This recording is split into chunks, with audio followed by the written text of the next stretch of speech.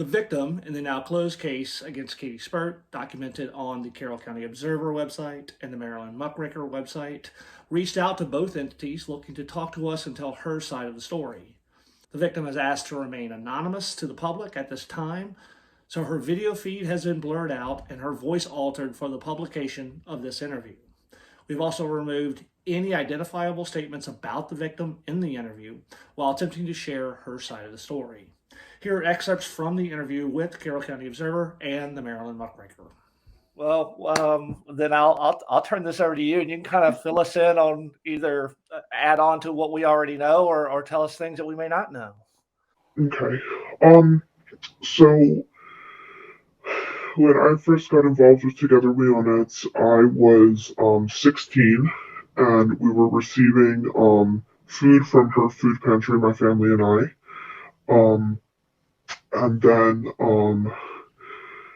they recognized me and that's when I was first introduced to Katie Speert. We were, Katie and I were talking almost every day through social media, and she began to trust me really quickly. She would tell me about her 5-year plan for her business, for her nonprofit. She told me about trauma that she had with her foster sister, her former foster sister, and she confided a lot of other things in me, but it very quickly was shown that she had a lot of care and interest in becoming closer with me. Um, and so from there is when I started to finally trust her. Is when Katie started to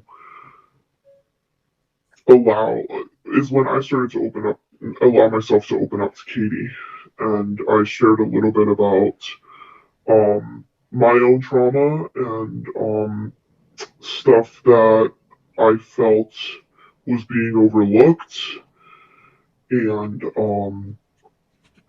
yeah, so I was really honest with her. And then in by that point she even started making like a bucket list for me for when I turned for before I turned 18 of like she wanted me to, and these were all things that she said she wanted to do with me. She wanted me to have my first sleepover with her. She wanted me to go to a football game with her. She wanted me to go to prom and like all these things that I had been so anxious and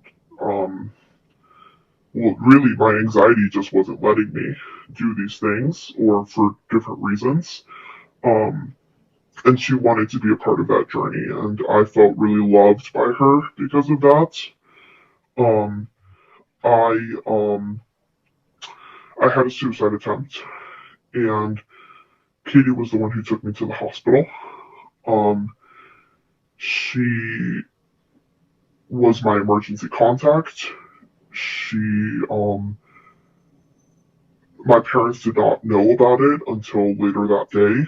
Um, and she was the person sitting by my side in that hospital bed. She held my hand. She held my hair back as I was throwing up. She was everything to me in that moment. And from then on, that's when my feelings for her shifted from just being friends to feeling like she was my big sister, to feeling like she was someone who was protecting me and taking charge in being there for me. And then when I was transferred to another hospital, I was only allowed to have phone conversations with her. I wasn't allowed to see her. So we would talk every day, almost all day on the phone. And she started asking me about like my sexual history when I was in the hospital and kind of like the feelings that I was having about my sexual history, I guess. And um I I felt really uncomfortable to say anything because I had someone else in the room the entire time. And then, two, I was just really confused as to why that was the time for her to be asking me those questions. Um, so I, I wasn't, and then she also confided in me, telling me that, you know, she was, she had had past issues with her husband, and where she thought he was cheating on her, and really, really big stuff. I felt, well, looking back, I think it was really big things to put on me when I was in a hospital due to a suicide attempt. So looking back, I'm really confused as to why that was happening. Um, and then, and then when I got out of the hospital, um, I was sitting in her office at Together We Own It, and she brought up a conversation about, um, again, asking about my sexual history and asking what I got out of sexting, and asking if I'd used sex toys before, and telling me that she had, and that she buys hers off of Amazon, and that she, like, and then telling me about, like, her first sexual experience and things like that. Um, and I felt really confused, I guess, as to why she was telling me all of those things. Um, but she was also, pregnant at the time as well, so I was even more confused. But um so I didn't really partake in the conversation. I just kind of listened and, like, chimed in, I guess, because I trusted her, and I wasn't sure, like, what she wanted me to say.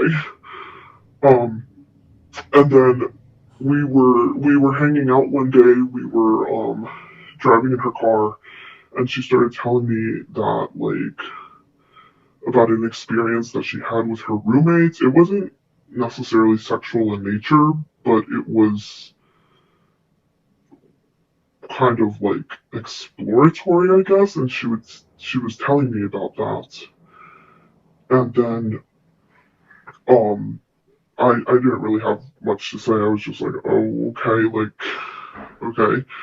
Um and then later that day, she told me that she was going through something, and I was like, well, what do you mean you're going through something? She said, well, I I'm having, like, I'm really confused, and I'm having some feelings. And I was like, well, honestly, I had no idea what she was talking about. But I told her, I was like, what we always say to each other: we'll feel your feelings, write this out, do what you need to do, take care of yourself. And because I had no idea what was going on. And then a couple weeks later, family vacation, I don't know where we were, but when I was on a family vacation, we were messaging, and she told me that she wanted to talk to me, and I was like, okay. And she was saying that she was having sexual dreams about me, and um then essentially she kind of, like, started the the sexting conversation over Instagram, and she told me what she was doing, and she was telling me about her dreams and everything. And she told me that it was a graduation present, and that I would get more when I turned 18. And she told me, like, no pictures, and I was really confused about that. But then later I realized it was because that would have been child pornography. Um, and she told me afterwards to delete the messages. Um, and because she said that it was something really special between us, and that she wanted to keep it just between us. And then afterwards, for a couple of days, I almost went nonverbal. I couldn't really speak. I felt, I felt gross, and I didn't understand why. But I told Katie we were FaceTiming, and I told her I feel like I ruined your marriage. You have a child coming. I don't understand. I'm really confused, and I feel like I ruined everything for you. And so she apologized. She was like, I'm sorry. Um, and after that, nothing else happened. She asked to sleep over. She wanted to sleep over on my 18th birthday at my party, but she didn't. And I I don't know what her intention was. I don't know if it was just because it was late at night and she just wanted to sleep over, but she did ask, and so yeah. Ethan, you wanted to ask a question? I was, if you're comfortable with it, of course. I mean, just elaborating a little bit. You mentioned like the sexting conversation. I think like when people hear the term sexting, like, a bunch of different definitions can be interpreted. If you wouldn't mind just kind of elaborating on the sexting conversation. Are we talking about like basically like back and forth text messages? Like, what are you doing with yourself now? Like, just kind of, if you wouldn't mind elaborating a little, again, if you're comfortable with it. hmm Um, it was text messages back and forth, and asking well, she was kind of like telling me what she wanted to do and what she had thought about doing, and yeah. That's it. Okay. So yeah. And was all of that done over Instagram? Yes. Nothing over the phone, like the regular texting, just No. through Instagram. Yes. And you had mentioned when we spoke earlier, previously earlier in the week, like the vibrators piece was kind of like flagged in the report and that we had written about. And you said that took place like actually in person, like on the premise of the facility. Yes. Yes. We were out together on it when that happened.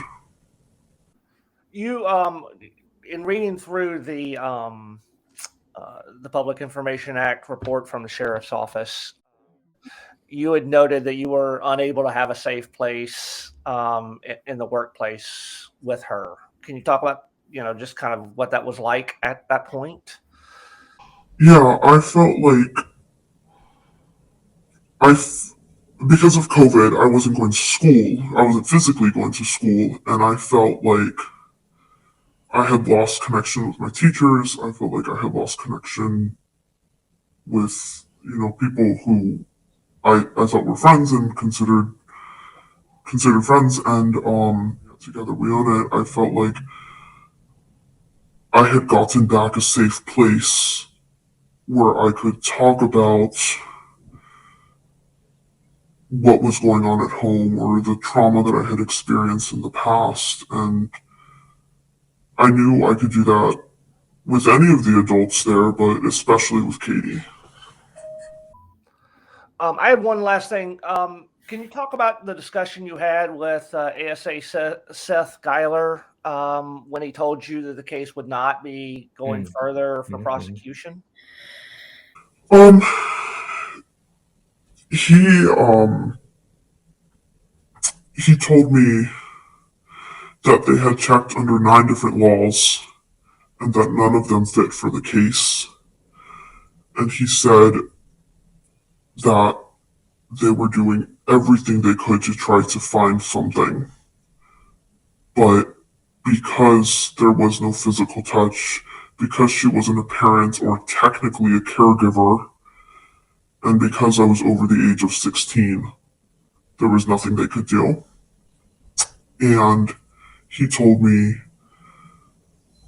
but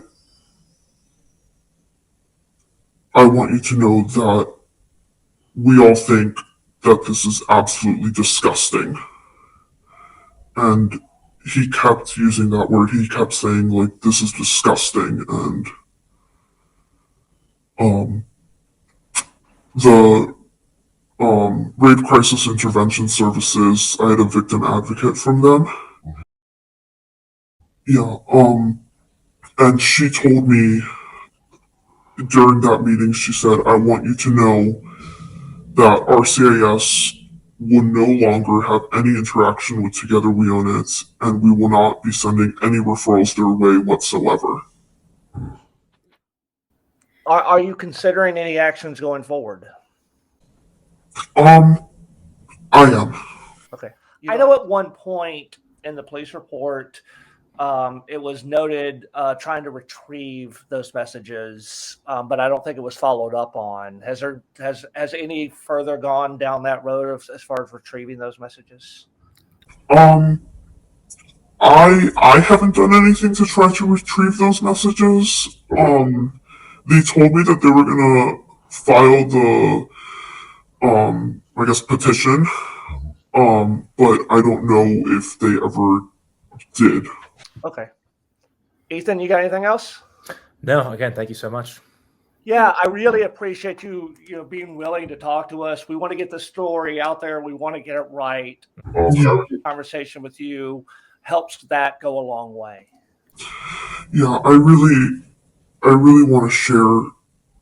I know you both spoke to her, but I think if she gets to have a say in this, I think I at least deserve the same. I agree wholeheartedly. Definitely, And definitely. and again, we appreciate it. Thank you.